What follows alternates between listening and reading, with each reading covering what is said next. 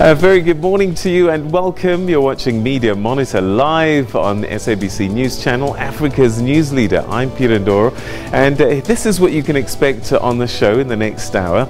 Now, 3 top journalists in South Africa have lodged a complaint against the British PR firm Bell Pottinger over its role in designing controversial social media campaigns. We'll get to the bottom of that, and of course it's Gupta related.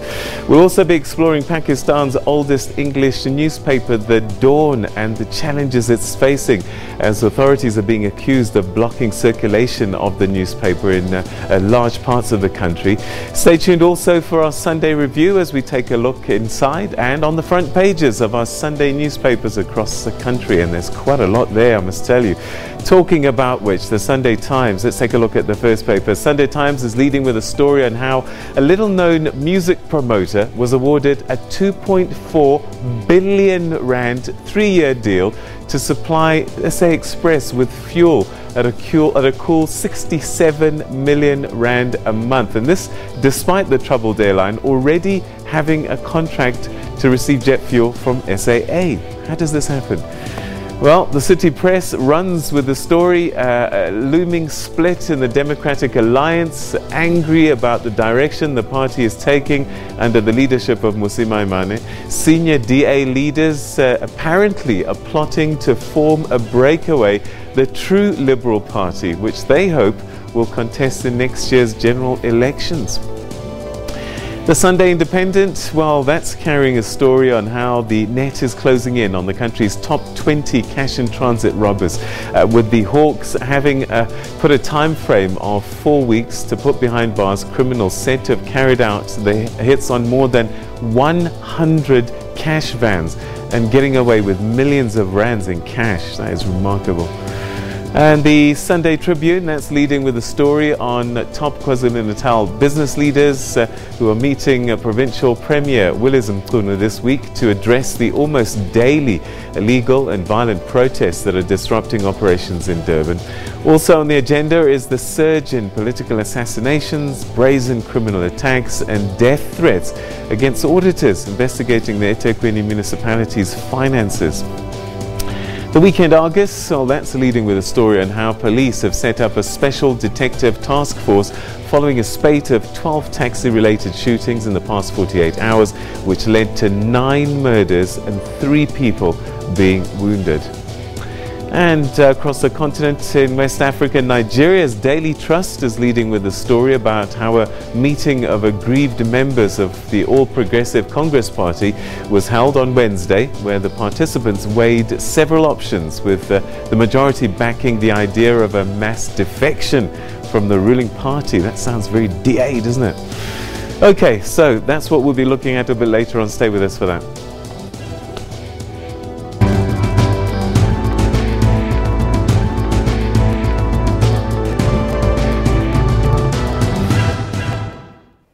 Right, you're watching Media Monitor. Now, earlier this week, President Cyril Ramaphosa thanked the media for exposing state capture and revealed that he had not realized the extent to which corruption had corroded government until the so-called Gupta emails were published. 3 top journalists, Ferial Haffajee, Adrian Basson and Peter Bruce, who published reports or exposed the alleged corrupt activities between the Guptas and allegedly with President Jacob Zuma and his allies, became targets of what's been termed white monopoly capital media campaign through a bombardment of tweets published by Twitter bots. This is automated fake tweet accounts that publish things automatically. They're now suing AIG, who's the insurer of the now defunct Bell Pottinger, for defamation and breach of privacy for Bell Pottinger's role in the white monopoly capital campaign. Well, to help us unpack much of what we're going to be looking at, the newspapers and some of these key stories, it's my great pleasure to welcome political analyst Mpumelelo Mkabelo. Thank you very much. Thank you for joining us. And Sophie Mkwena, our very own foreign editor, SABC News. To both of you, thanks very much for joining us. Morning, Peter. All right, so President Cyril Ramaphosa thanked the media. He was shocked until the Gupta emails came out about the extent of state capture. I mean, did we not know? Could he not have known? Well, I think that what he was trying to say, that he knew, and based on what he had read in the media, because there were stories even before the Gupta leaks. There were stories about how the Guptas were going on about their business with President Jacob Zuma at the time. You know, the kind of like unseemly and unethical kind of relationships that they had struck with certain people in the ANC, and even to the extent of influencing a cabinet appointment. You remember that the first sign of this thing where it actually reared its head was when Fikile Mbalula, actually exposed it in the National Executive Committee of the ANC, where he said, well, I got a call from the Guptas that I will be sports minister. And he expressed shock. How could these people have known? Cyril Ramaphosa was in that NEC. So, but at that time, I don't think people appreciated the extent. It was only after Gupta leak started, which actually, where you actually see the conniving. You can see the direct link of the Guptas and certain cabinet appointments and how they were trying to influence it. And I think that's what shocked many people. And I'm glad he's admitting that, you know, it actually shocked him. And it's still a shock to many South Africans, that how people who come from as far away from India can actually infiltrate to that extent a democracy like South Africa. And Sophie, talking about shocking revelations, there's a report by a group called the African Network for Centers for Investigative Reporting, and their report is titled Manufacturing Divides, the Gupta-linked RET Media Network. And it talks about how they used at least 220,000 tweets, Facebook posts, commenting and going after journalists in particular, and 3 of these are now taking this case to Britain to sue Bell Pottinger. It is remarkable that such a campaign was on the go. But perhaps this didn't start when we thought it did. Yes, when you look on the continent in general, when we go around and we are covering elections, what I have discovered is that there's a new phenomenon where particularly the presidential candidates are using PR companies to do the work and influence the people in that particular country to vote for particular candidates. That is why this thing happened. It is the very same tactic where a PR company is used to influence a nation or people to ensure that a particular individual stands to benefit. And it's not new. And I had a discussion with Mpumelelo that I'm surprised that people are surprised. This thing started towards 2007 and post-2007, and he was an editor. Perhaps he can share some thoughts. Well, indeed, I mean, there were journalists that were labeled at the time because they were not seen to, they were seen to be against the campaign of President Jacob Zuma. They were called all kinds of names that you can't even say in a public broadcaster. And there was a website that was run that was, you know, campaigning for President Jacob Zuma at the time, that had all kinds of things, unseemly and very insulting things that were said about journalists. Even at the time when there was the rape trial, where Kwesi was a complainant, the kinds of remarks that politicians were making about journalists, about academics, you know, about, you know, analysts and other people that were seen to be against President Jacob Zuma. It was all kinds of insulting. The difference now with the Peter Bruce, Adrian Basson and Ferrell Havaji issue is that it had taken the form of Twitter and caricatures being made of them, being made to look like, you know, bitches, you know, lapdogs of Johan Rupert, who was seen as now, you know, the face of so-called white monopoly capital that must be defeated. So that actually, the Twitter thing amplified the thing, but it's basically the same trend of labeling people, of insulting people. Okay. And using PR companies. So what does it say about the media? Could we not have seen that there's a campaign going on? And I mean, we almost got hijacked by this term, white monopoly capital. Could we not have, as the media, have seen through this and explained it to our readers and to our audiences? We are human. At times, we make mistakes, and it is for that reason perhaps it took time for media to realize what was going on. But the good thing is finally media was able to realize that there was a concerted effort to ensure that certain people in this country, not only journalists, are discredited.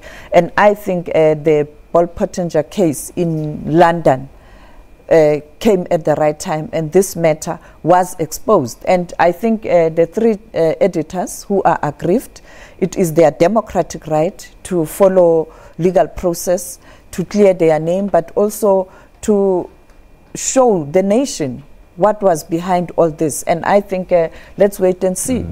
My problem, though, I think, is that the government of South Africa is not doing enough to tackle this thing. Yes, there's a state capture commission of inquiry that's going to sit as from August, according to Judge Raymond Zondo. But I think there are certain things that the government could have done. I mean, like, you see how Bell Pottinger collapsed. It was through the action of other South Africans, the opposition, the media itself, business people, going up to London to complain with the London authorities about what how this Gupta-linked Bell Pottinger was doing in South Africa. We have not seen much action from the government itself. And this is the latest incident where South Africans, private citizens, are taking up a fight, which I think, quite frankly, the government should be backing.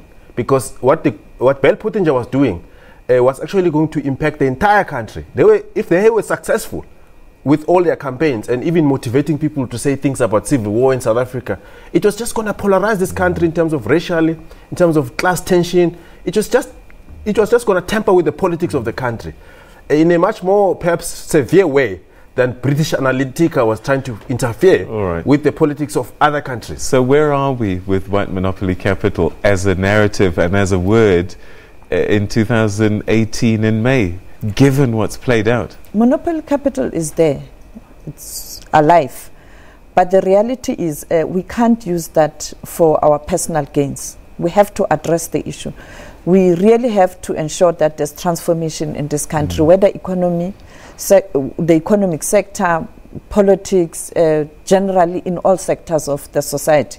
Transformation must happen. But the reality is we cannot use transformation for our personal gains. You're a council member at SANEF, Sophie.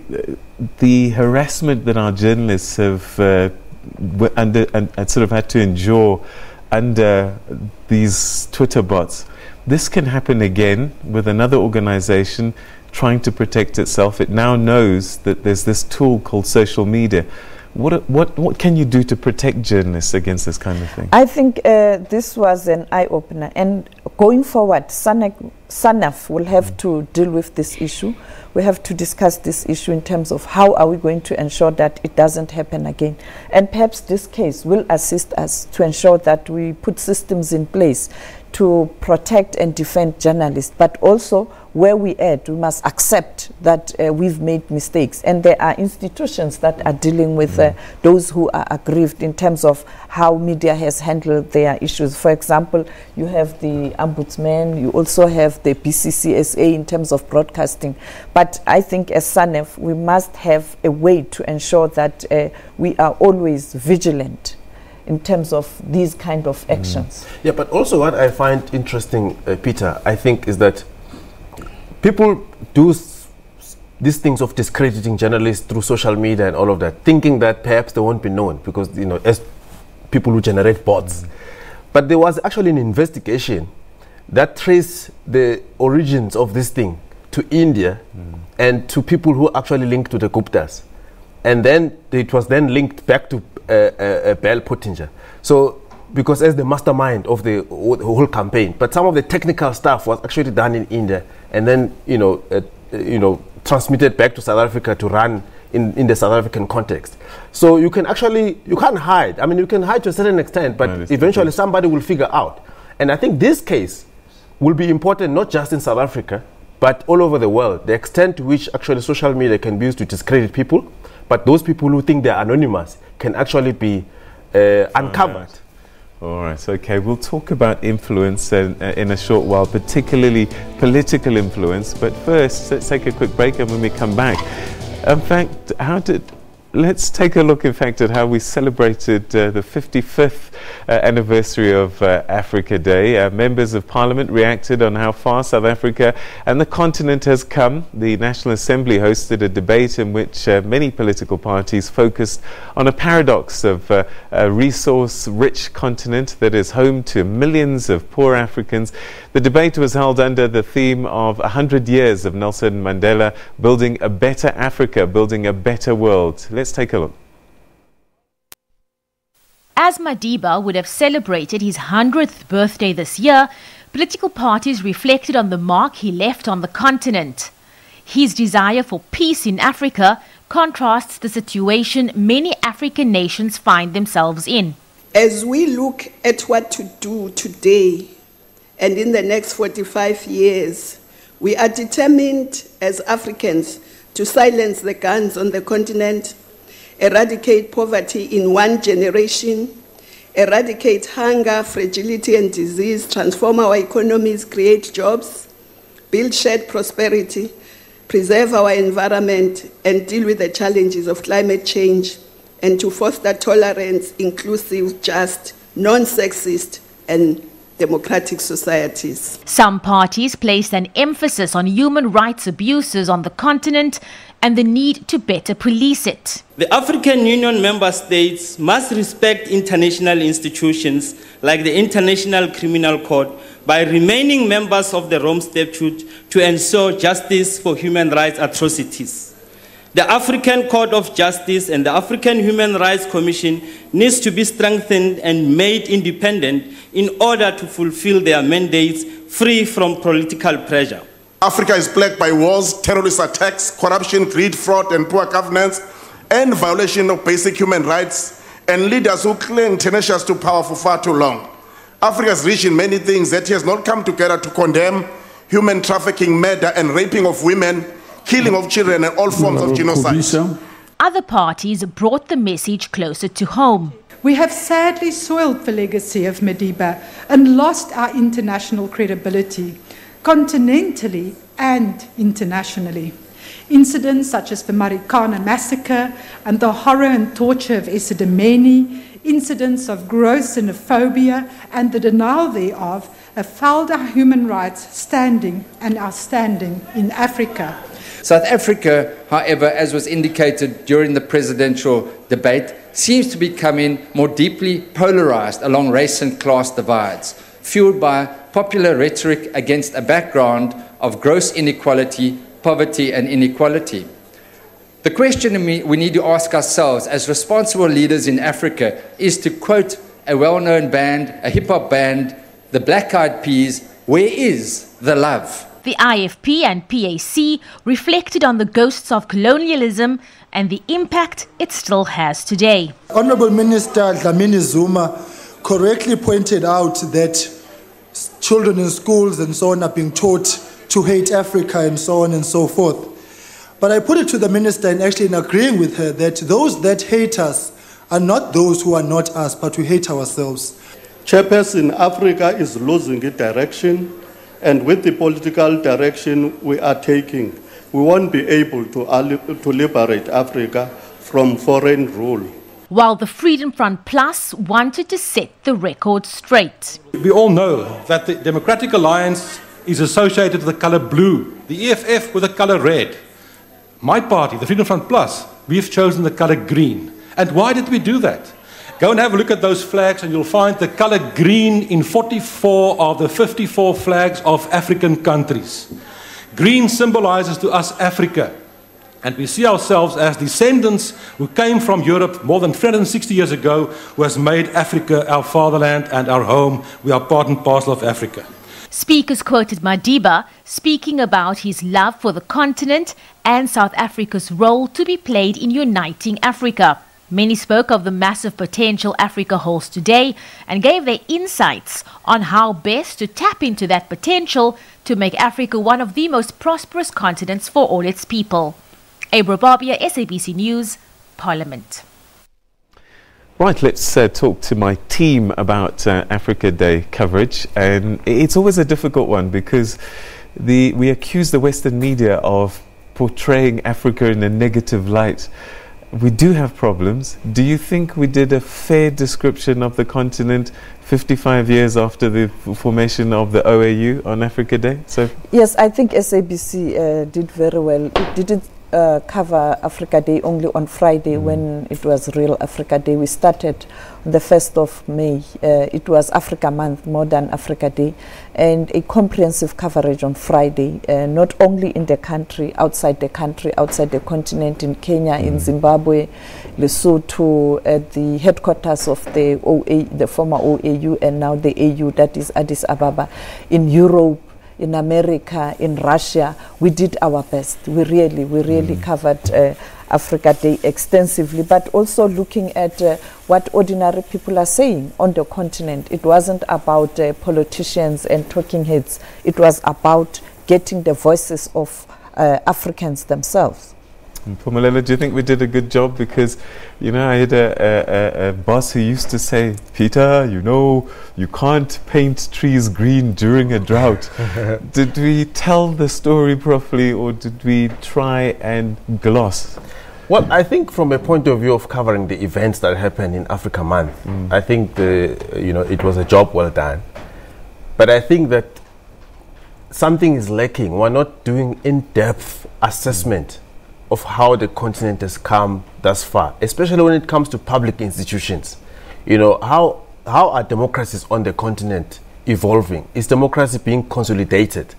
Most of the coverage, even on social media, it's more about people pledging loyalty to the continent, either by the way they dress, or the way they speak, or the way they communicate, you know, their friendships across the continent. And that's important because that talks about the cultural aspect of the continent. It's beautiful. But we need to get deeper into the institutions, because it was all about the formation of the AU. We have to look back why the OAU was formed, which later on became the AU, and have we got the political institutions to actually anchor the growth of Africa? You know, the story of Africa rising, you know, some people just take it on the surface, but what's underpinning it? I think there's still more that can be done to actually tell the story in depth.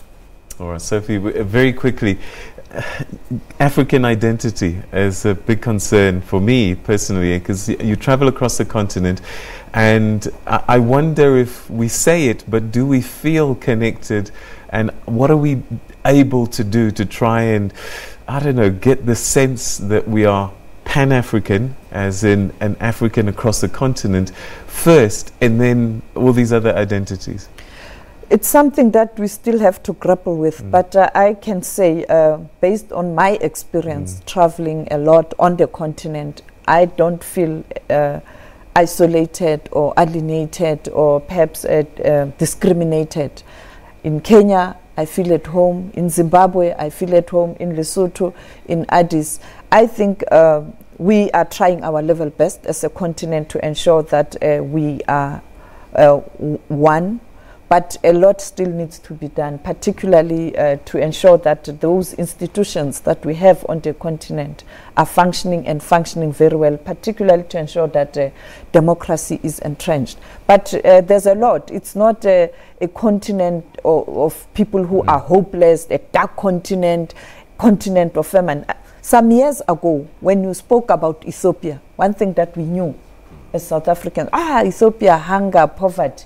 Today, Ethiopia is one of the most developed or developing countries on the continent. When you look at the economic growth, when you look at the infrastructure, and people are even saying post-2030, South Africa and Nigeria are not going to be the two main countries that are doing well. Many other countries will be doing well. You look at Rwanda, you know, you've been in Rwanda, you went to Ivory Coast. You can see there's development. You look at the IT, in particular, the connectivity in East Africa. It's very, you know, up to the level where you can say there is indeed development on the continent. We're going to have to take a quick break, but clearly lots of stories need to be told, and perhaps that's what we need to be doing, is telling more African stories, Pan-African stories in our own media. So, all right, after the break, we take a look at Pakistan as a case study of political influence in the media.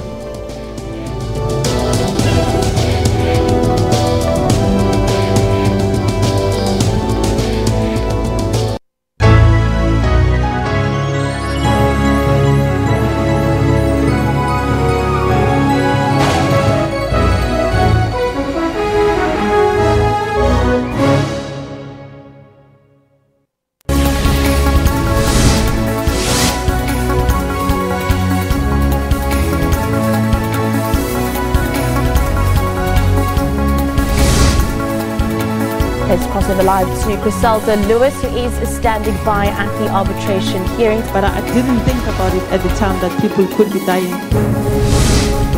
Let's update your sports news.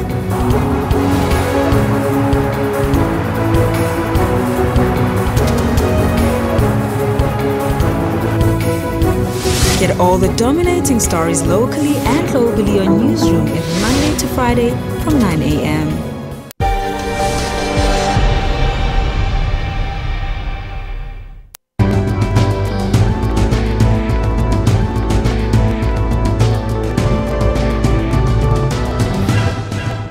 Welcome back. You're still watching Media Monitor. Pakistan authorities have blocked the circulation of The Dawn, the country's oldest English daily newspaper. The move comes after the newspaper published ousted Prime Minister Nawaz Sharif's controversial remarks on the deadly 26/11 Mumbai terror attacks. It's reported that last month that the military were said to have been given unofficial instructions to cable TV operators to stop carrying the Geo TV network's channels, including Geo News, in most of the country. General elections are scheduled to be held in Pakistan on the 25th of July 2018 to elect members of the National Assembly. To discuss this and what that might mean for us, we're in an election year. Let's talk to my team once again.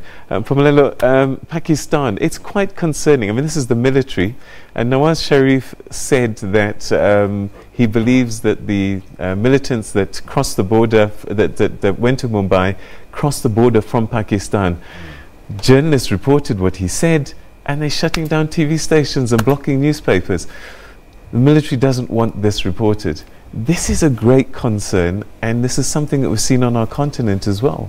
Yes, and I think that we have to appreciate that how the media is treated in a country actually says something about the state or development of that country's democracy, because you have to use the measurement of free speech, the ability of journalists to gather information and disseminate it.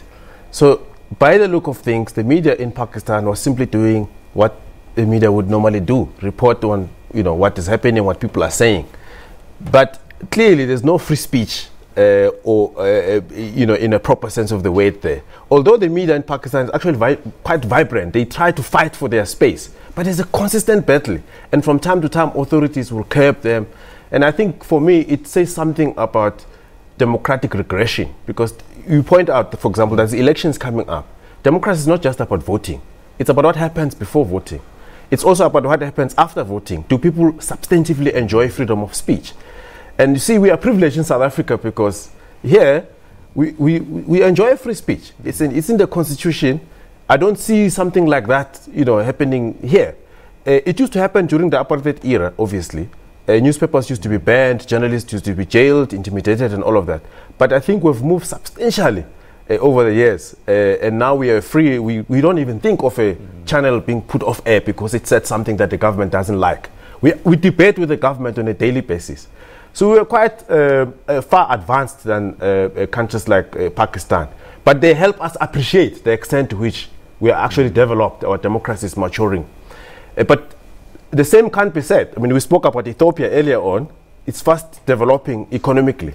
But in terms of other freedoms, Ethiopia is backward. Media freedom is one of them. You go to other countries like Cameroon, you have the same problems, but you have countries like Ghana, for example, which are very advanced, and they're actually one of the top countries in the index. In Nigeria, there's problems from time to time, but I think the media there is diverse and it's quite forceful in actually fighting for its space. So I think we've got all these variations, but I think it's important to appreciate the role of the media in entrenching democracy. Sophie, as a foreign editor, you've seen quite a lot of election cycles across the continent, and we've just seen now recently we had a referendum in Burundi, and the BBC was banned there just before the election in the run-up. So again, sort of adding on to what Mpumelelo is saying, is that there is this danger in an election cycle. The media starts to feel constrained. Could that happen here in South Africa?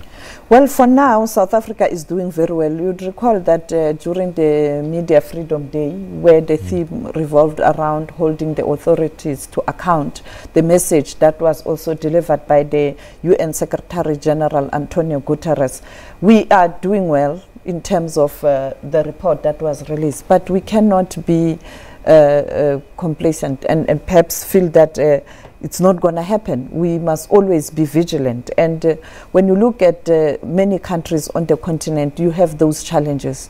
But some countries, you are able to function very well. What often makes me angry is the fact that as a journalist, when you want to travel on the continent, it is very difficult.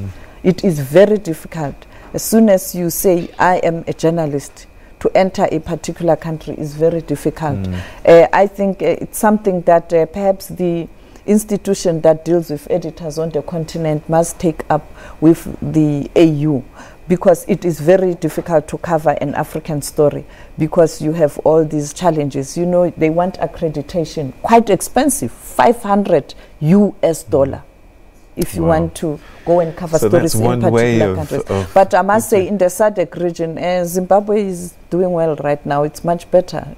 Yeah. So there are different ways to influence, exert your political influence. Some parties may say, I'm not going to do an interview with your organization. Yeah. That is part of the game, isn't it? Well, people have a right to say no, but at the same time... But if you're a public official, you can't say no. You have a right to say no, but in a free media space, you'll actually be held accountable for saying no. You're not going to just walk away with it. People are going to challenge you to say you occupy a public office. You need to account. So in a free space like South Africa, I mean, there's nothing here that we don't challenge. We say all kinds of things about each other, and we hold each other to account. And actually, that's a very good thing. The public broadcaster is going to be watched very carefully in this election cycle. You know, for rightly or wrongly, we've been accused in the past of being influenced. So this is something that we have to be careful of. Yes, to be a public broadcaster is very difficult in South Africa. You have different groups, interest groups, politicians, business, NGOs. They all want to influence SABC. And at times, the concerns are justified. At times they are not. It's just accusations. And unfortunately, sometimes those accusations, people tend to believe the accusations. But we really have to be vigilant this time around. It's going to be one of the most difficult elections that we've ever had in this country, and therefore the public broadcaster must be up to the task. And I think the normal processes of ensuring that we are not found wanting in terms of the Electoral Act, in terms of the Broadcasting Act, the ICASA, SABC editorial policy, and all that, and also to engage those who will be participating in elections, the IEC, the political parties, other media houses, so that they understand where we come from. But also the issue of resources. At times, people don't understand that we can do so much.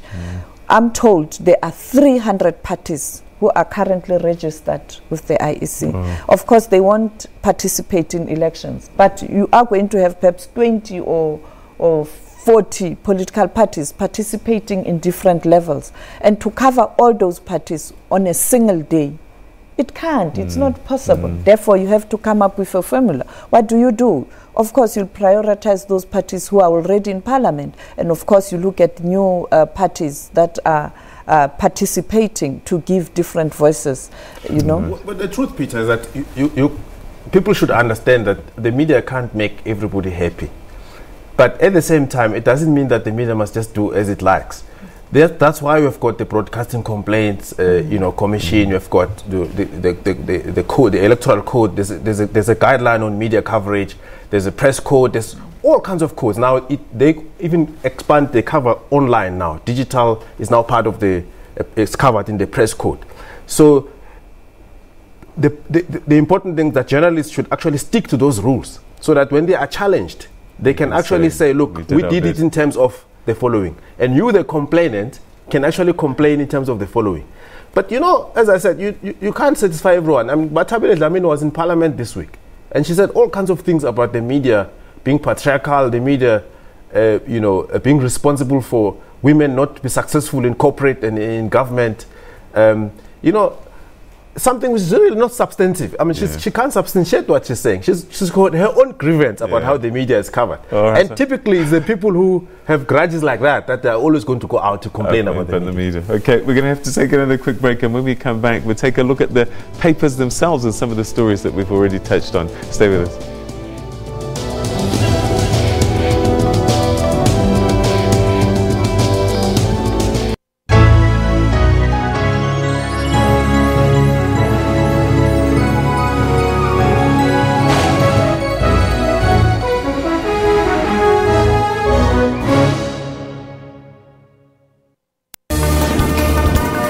Corruption both in the public and the private sectors needs to be combated. Where there are clear cases of wrong that has been done, that must commence immediately.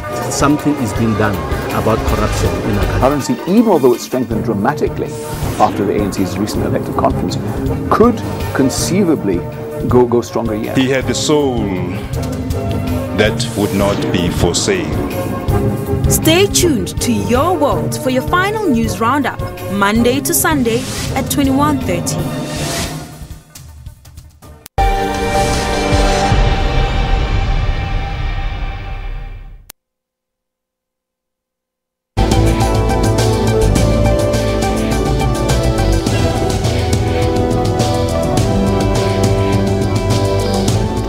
Right, welcome back. We're going to be taking a look at the newspapers in a short while, but I thought what we'd do, change things a little bit. We'll start with the digital platform, because a lot of that speaks to what's on the front pages of the newspapers anyway.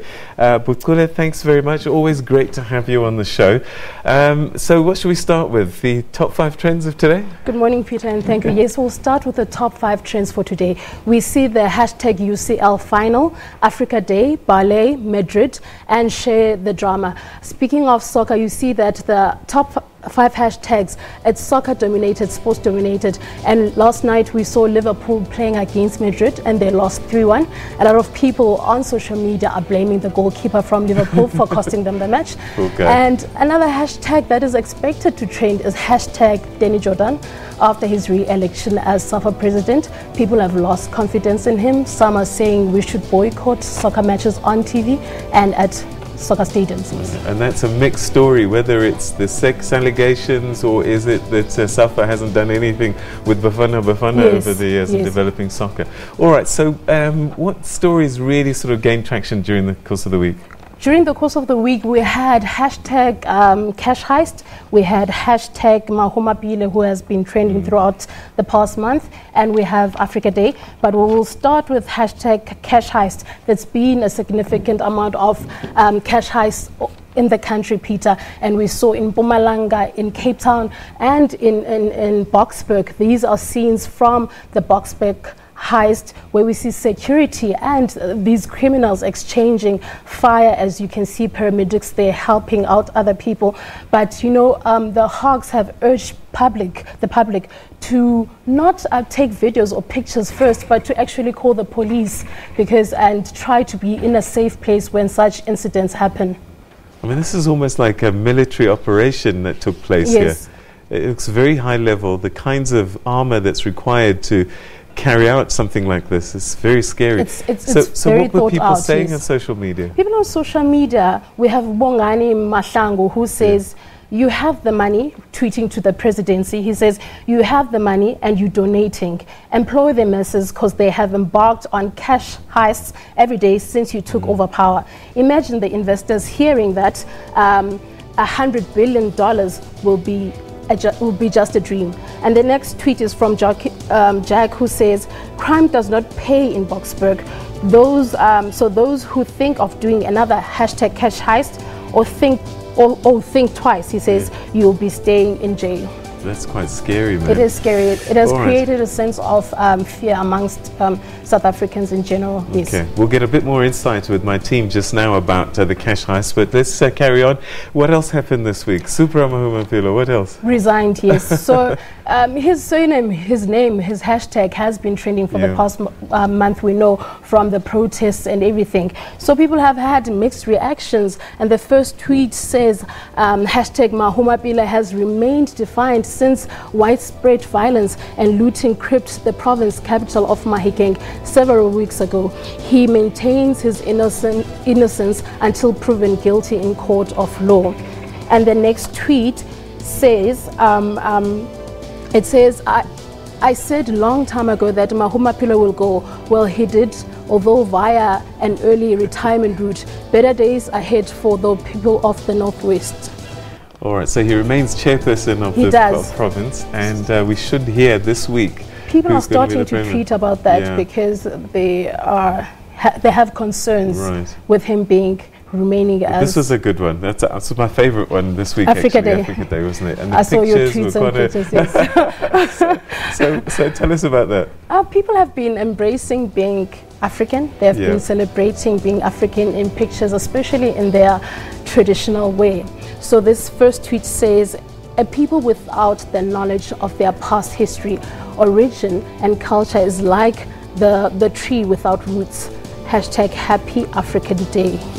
And the next tweet says, Africa is not poor, Africa is only poorly managed. Ellen Johnson, quoting Ellen Johnson, so left there. Hashtag Africa Day. So people have been tweeting pictures of their clothes. Africa Day clothes. etc. So I wore a kente bow tie and a little sort of band, but these pictures are quite a thing, aren't they? Yes, they are beautiful. I mean, Africa's just got colour, hasn't it? So much colour that shows the different cultures and the different countries. You can see the closer outfits there with the black and white and the... So what did you wear? What did you do Nothing. on Africa Day? You came to work. Sadly, I just came to work, yes. All right, okay. So thanks very much, Buktule. It looks like an interesting day and an interesting week ahead. Thanks very much, as always. Okay, I'm going to ask this camera to follow me because I'm going to go back to where I'm sitting over here to talk with my team about what we're seeing on the front pages of the papers. And one of the stories that has been trending this week is this cash heist. And Mpumelelo, I know that you had your eyes on that one. Tell us about this. I mean, have they increased, or we're just reporting them better, or what's happened? Because this is quite scary, the numbers and the amounts that have been reported. Well, I've been listening to what Police Minister Bheki Cele has been saying, and he seems to imply that when he was police commissioner, before he was fired, he brought this cash in transit heist under control, and I think they had some, methods of handling it. And then he seemed to be surprised now that he's back that this thing suddenly is up. It seems to me that when it was brought under control, there was no what one can call institutional. There was a lot of movement in the police, in the top echelons of the police, and as a result, some of the best strategies that they've used in the past somehow gets lost. And at the heart of this problem, I think, at least from where I see it, it's just, the bad management at the top police level. And you can't necessarily blame the police themselves. It's the politicians. The reshuffling of police commissioners. The frequency of changes is just too high. People can't build on the capacity. People can't build on institutional memory. They can't build on the skills. Right now, Bheki Cele is now the new Minister of Police. He's now trying to get back some of the things that he used to do in the past to try and get these things under control. It's quite extraordinary the extent to which it appears to be all organized, and it all happens around about the same time, but in different parts of the country. You hear one in Germiston, you hear about one in Nelspruit, you hear about another one in another part of Gauteng, but just around about the same time. So clearly there's a well-coordinated strategy somewhere.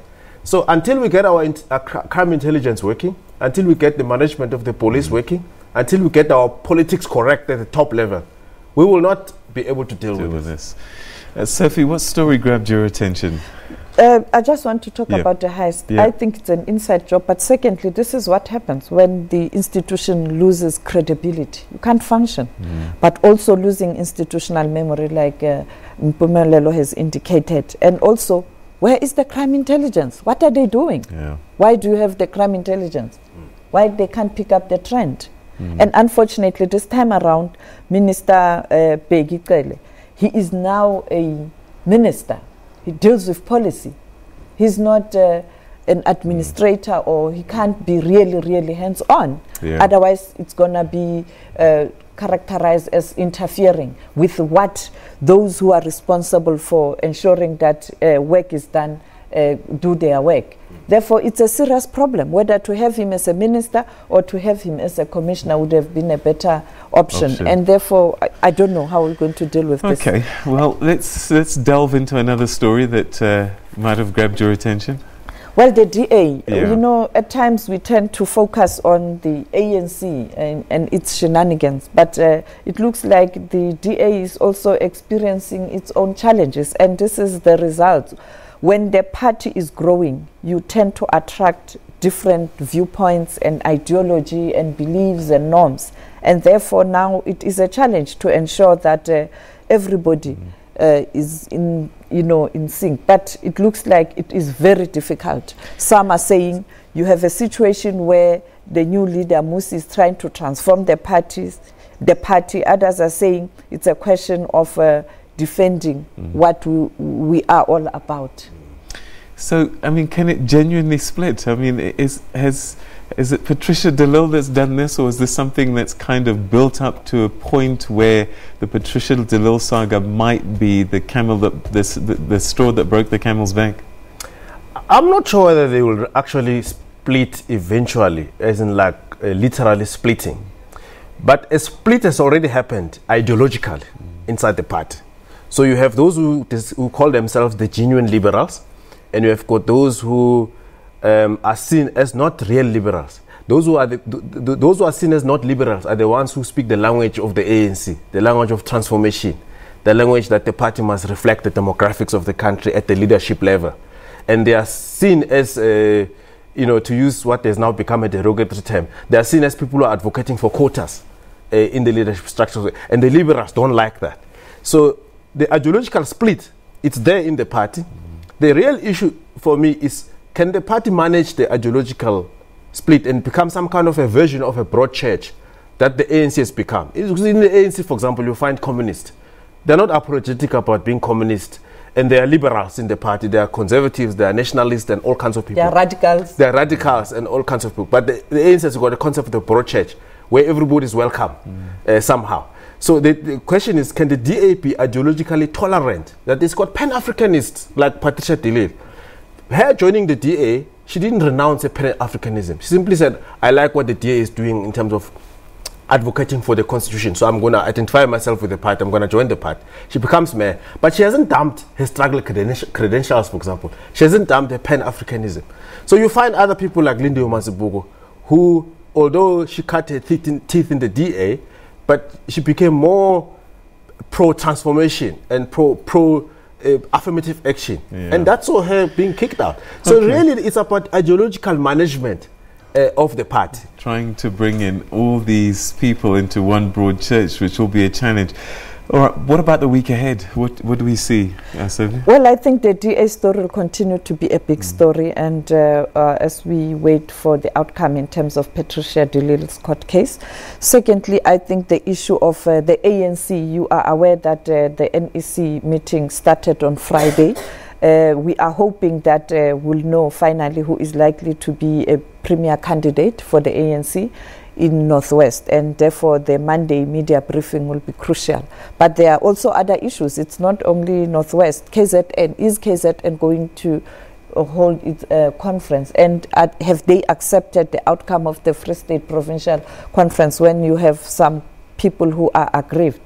Therefore, I think the ANC story is big, and we'll continue to monitor the United Nations with South Africa seat, non-permanent seat, our bid, and we know that the minister will be going to the UN, and the the Security Council vote will take place on the 6th of June, and perhaps South Africa will get that non-permanent seat. Phumzile Mlambo Ngcuka, the former Deputy President of South Africa, but currently the Director, UN Women, when she spoke on Friday, she gave an indication that she's confident that South Africa will get a seat, and also mobilize South Africans to support the President and the international minister. All right. Well, that's where we're going to have to leave it. I want to thank you both, Mpumelelo Mkhabela and Sophie Mkwena, for joining us and sharing your thoughts with us, and you did it so well. Thank you so much indeed. And that's it. Thanks very much for watching and tuning in.